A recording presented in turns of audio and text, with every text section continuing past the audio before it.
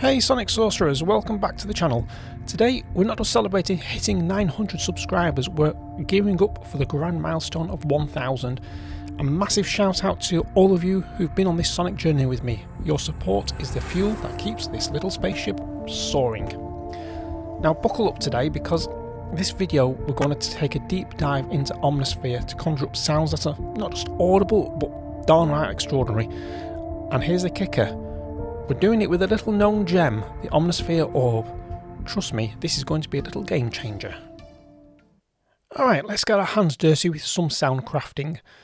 We're going to start with layer A, and we're going to change this to the Mogi Jazz. And for the filter, I want intense oscillations.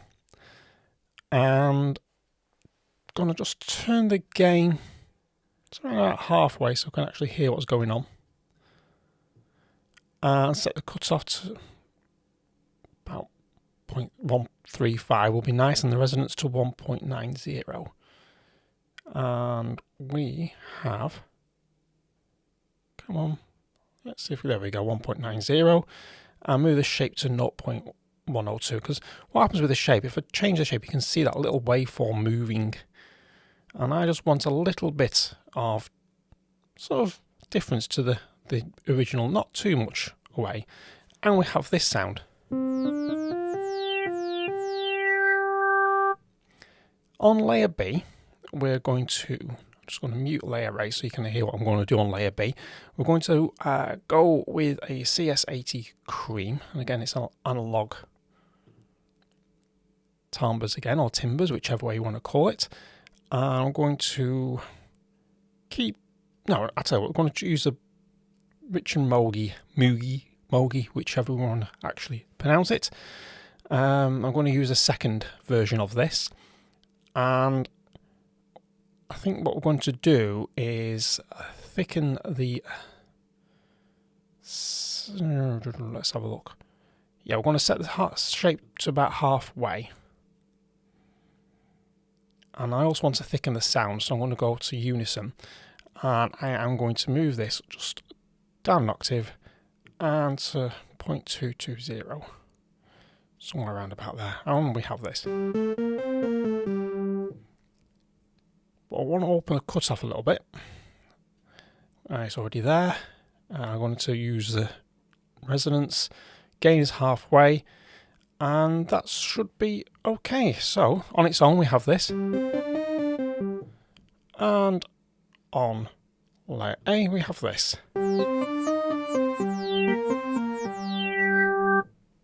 But hold your horses, the real magic hasn't even begun. Enter the Orb. A seemingly innocent circle with the power to transform your sounds into something out of this world. We have two little bits of the orb with this little circle in the middle. We have the radius and angle, and this is what causes the mystical little dot to hold the key to dynamic sonic wizardry. This tame little looking circle is anything but tame. So what we have for angle, that defines which set of parameters to manipulate. So you can see the little 4 quadrants, this circle, and each one gives a change in what parameter actually change it sort of affects within Omnisphere. And then we have a radius, which is how far away from the center it is. So from the end to the edge of the circle, that's the radius. And we can manipulate these separately or together. Now, you can reset any time, you can just press clear. So what I'm going to do, the best way to demonstrate this is if I just call up another patch, I'm just going to mute this layer and unmute that layer. So we're in the sort of bass territory here. So I'm going to enable the orb and engage it by just giving it a little flick. And you see it whizzing round now. Listen what it does to the sound.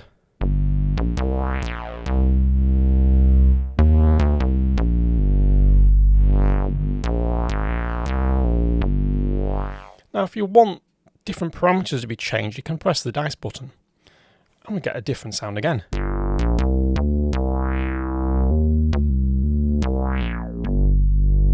So there's literally infinite ways to manipulate your sound. Let's press it a third time.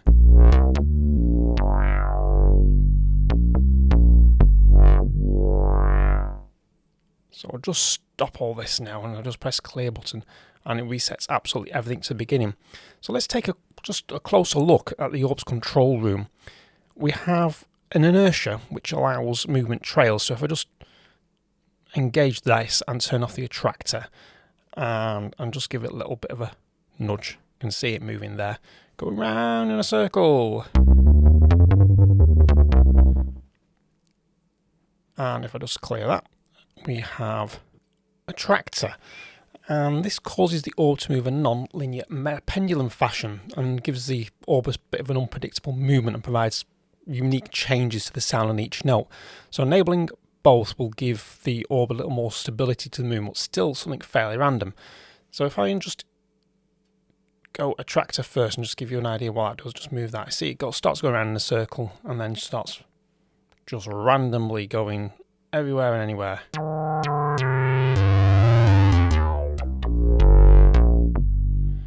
Now if I just clear and set both going, get a bit more predictability going on here.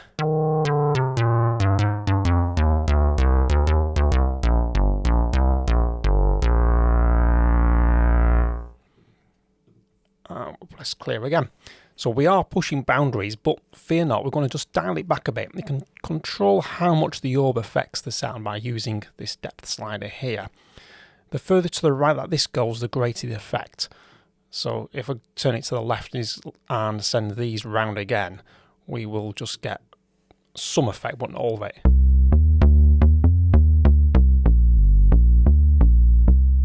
Now move this further to the right. And you can actually MIDI CC learn this parameter, so you can alter the wet-dry mix as you go along. So if I did a MIDI CC learn and moved a controller on my control system, and there we go, I can change the depth as I go along.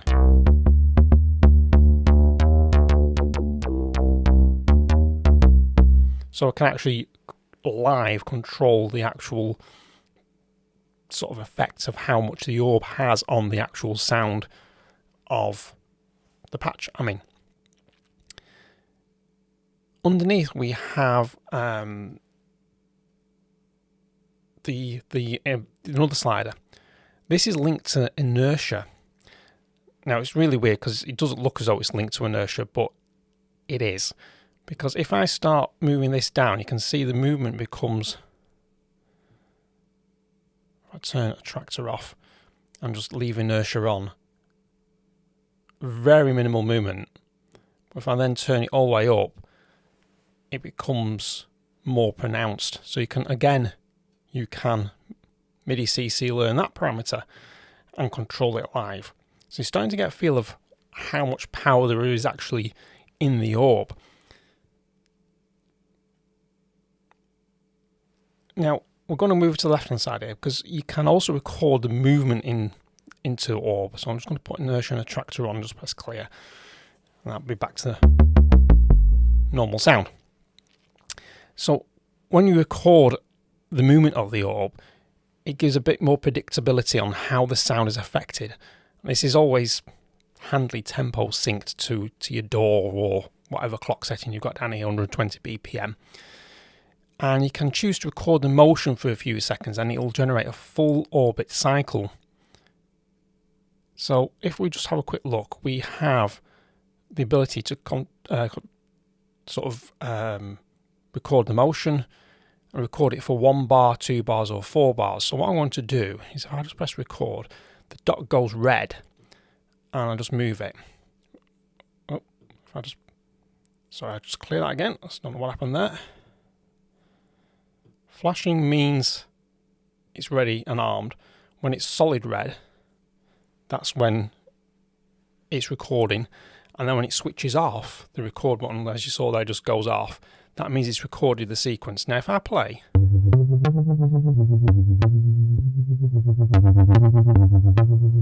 it's recorded the motion, which isn't quite what I actually programmed in. If you want exactly what you programmed in, what you can do is go motion, and I want to record something for 2 bars. Press record, and then I'll move it. And now for play. That's exactly what I programmed in.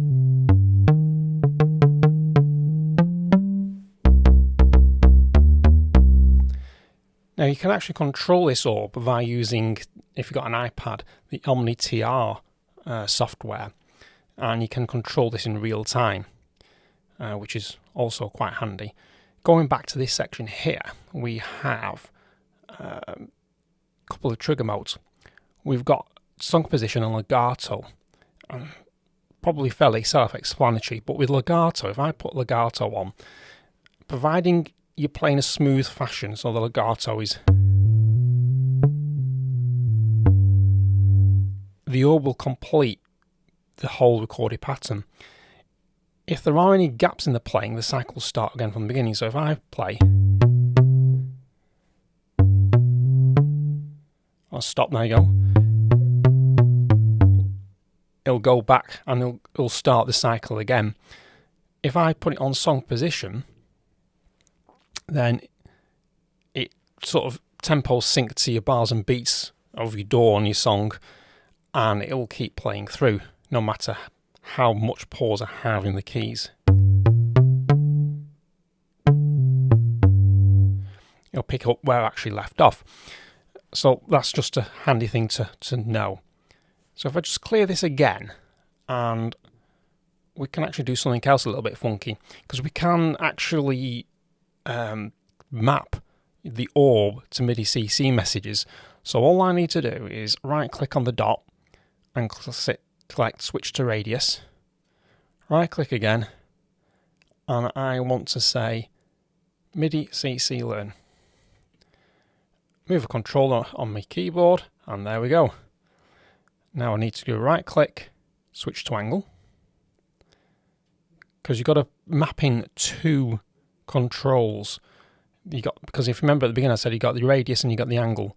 So if I MIDI CC learn the angle, there we go. We can control this in real time now, which is quite fun. I'm using sliders on this, but you can use your joystick as well if you program it in. So that's another interesting thing. So I'm just going to clear this again, so we're actually back to where we were.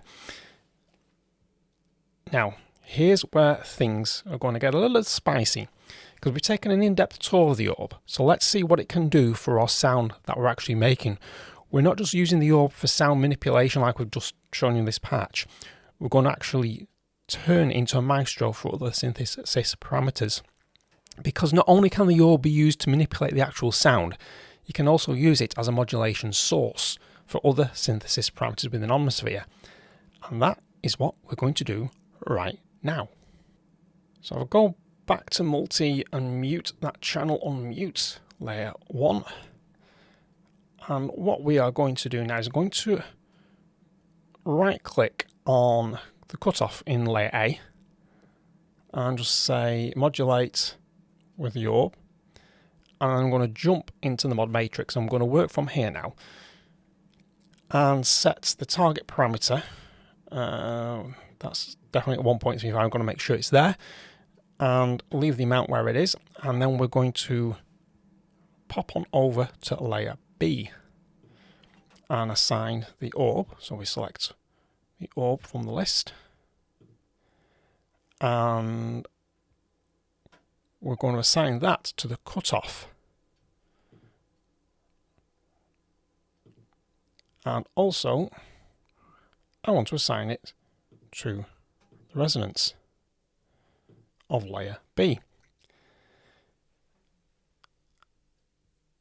And if you notice, we've got some grayed out now and some lit. Where it's lit, it means that these modulations are for that layer. Where it's dark, it means it's for one of the other layers, either A, C, or D, whichever ones are active. If I click to A, you can see that the top one is now active, but the other two are greyed out because they belong to layer B. So just a handy thing to sort of know which modulations are affecting which layers. Now, for the amount of the effect of each of these parameters, I'm actually going to leave the top two at the default settings and just change this slightly off center. Now, here's something spicy because we're actually going to route the orb to filter to cut off offset. So I'll just go to orb, filter to cut off offset. So I've gone to that one and wang this up to 0.785 ish. That'll do. And invert it. And you'll see the line suddenly becomes the opposite direction. And I'm going to set this to almost, well, I don't want it quite up to max. I just want to just shy of turning it completely off. And we're going to move the smooth up full. Now at the moment it's not going to do anything because we haven't engaged the orb. So what I'm going to do is I want to add some more movement before doing the orb bit. I'm going to go to layer A and set again the orb to synth symmetry, which is down there, and set the amount to full, so it does the full length of the synth symmetry, because if you remember earlier in the video, that changes the waveform from its default just ever so slightly. I'm going to swap back to layer B again, and we're going to do exactly the same. I'm going to go orb again, and we're going to go synth symmetry, and we're going to change the amount just shy of max. That'll do. And I'm also going to attach the orb again. So all these modulations are going to come from the orb, and we are going to change this to hard sync as well. And I'm going to turn the amount up to full, and the target parameters down to 0. So all these are 0. Now we are going to engage the orb. So we go over to the orb section, and I'm going to turn it on, turn on inertia, turn on attractor. I'm going to set the depth and the inertia sliders to full whack, and I want this in legato mode. And let's record a little pattern. I'm going to do a 4-bar pattern. So I'm going to go 4 bars, record, and then move.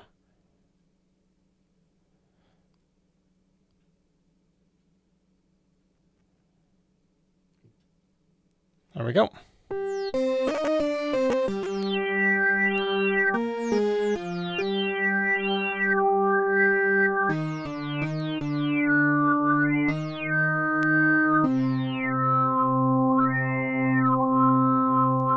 So we've already got some movement in there, but wait, we're not actually done, because we're going to sprinkle some cosmic effects on our sonic creation.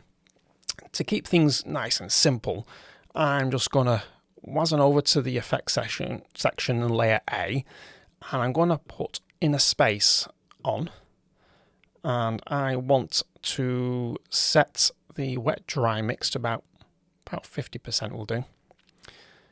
And on layer A, I'm going to split this source. I'm going to go into textural symbols, and we're going to go symbolscape 1. And on this one, I'm going to go space, airy, and clay cow soft. I'm going to put this to 50%. I'm going to set this to 75%. I'm going to just change this slightly so we're favouring the clay cow soft more than the symbolscape texture. Now on the common page, I want to add a delay effect. I'm just going to add a normal BPM to. I'm going to leave the parameters exactly as they are. I might just turn it down a little bit. And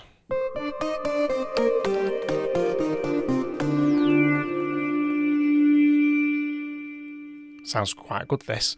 And a bit more, we're going to do some reverb. And we're going to set this, I'm going to tell you, we're going to turn the reverb off completely. We're going to leave it exactly in the default setting. You'll see why in a minute, because now we're going to add something called Skyverb. Now this is a sonic extension from Spectrasonics, and it's part of the Nylon Sky sonic extension, which you can actually get from sonicextensions.com. And here's a major kicker in this. We're going to let the Orb control the wet dry of these reverbs. It's like handing the keys to the universe, to your sound. So if we right click each of these sliders and go modulate Orb and modulate Orb, they're going to control how much the reverb and, well, both reverbs actually come on. And if we go just back to our matrix page to start with, you can see all these. There's no other modulation source here. It's all the Orb. I'm going to set this to 0.603-ish. That'll do. And set this slider to 0.715. That'll be nice. That'll be nice. Yeah, these are down. Just making sure these are down. Yeah, absolutely fine. And then we end up with this sound.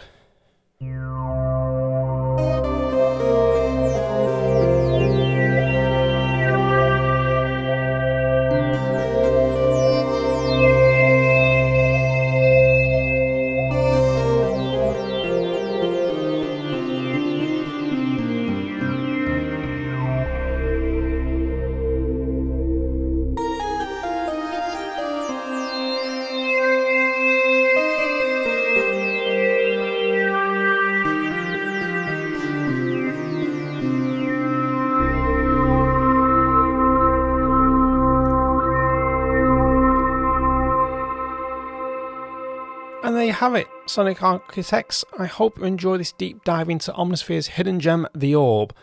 Let me know in the comments what tools you use to elevate your sounds within Omnisphere. Don't forget to smash, whichever you want to do. Smash that like button, hit subscribe if you haven't already, and share this video with your fellow sound explorers. Until next time, stay creative, stay sonic, and I will catch you in the next one.